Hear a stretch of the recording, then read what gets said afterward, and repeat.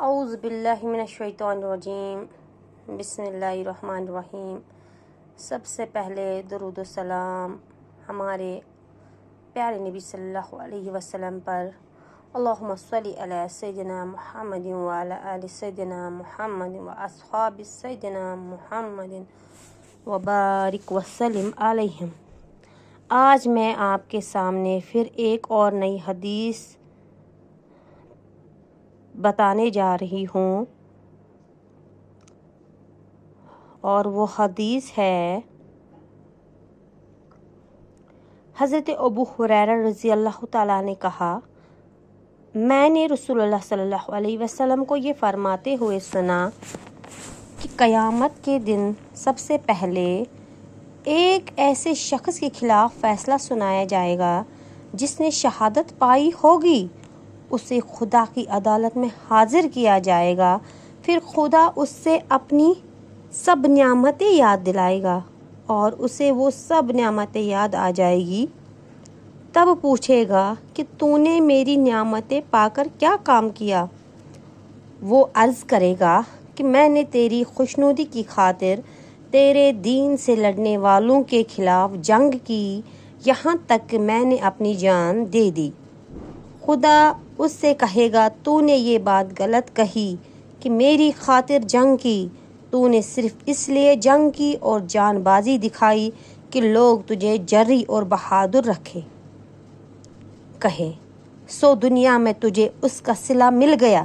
پھر حکم ہوگا کہ اس مرد شہید کو منہ کے بل گھسیٹتے لے جاؤ اور جہنم میں ڈال دو۔ استغفر اللہ۔ چنانچہ اسے جہنم میں ڈال دیا جائے گا۔ پھر ایک دوسرا شخص خدا کی عدالت میں پیش کیا جائے گا جو دین کا عالم و معلم اور قرآن کا قاری ہوگا۔ اسے خدا اپنی نعمتیں یاد دلائے گا اور اسے سب نعمتیں یاد آ جائیں گی۔ تب اس سے کہیں گے، ان نعمتوں کو پا کر تو نے کیا عمل کیا؟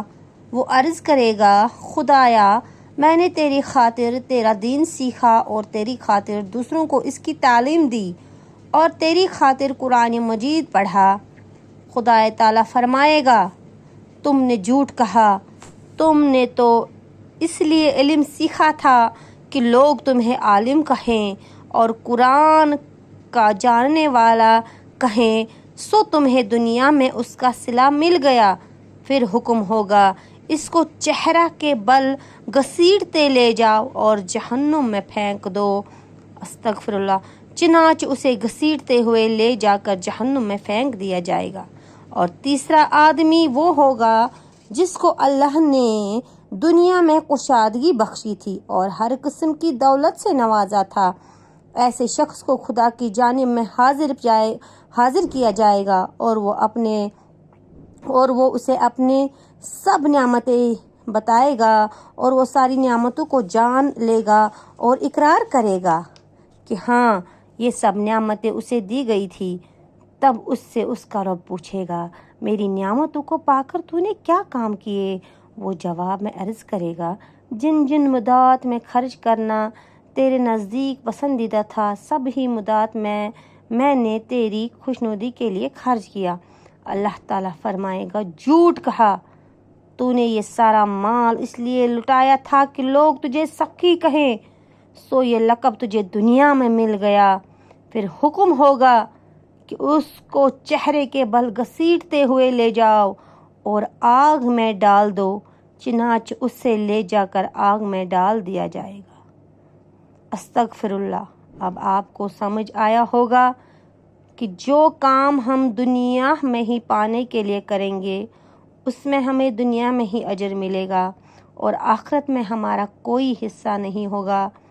اللہ تعالیٰ، جو آپ نے بھی نیک کام کیے ہو، میں نے بھی نیک کام کیے ہو، ہر ایک مسلمان نے نیک کام کیے ہو، اللہ تعالیٰ ہمیں ان کا اجر روز محشر میں دے۔ وَقُلْ الْحَمْدُ لِلَّهِ رَبِّ الْعَالَمِينَ۔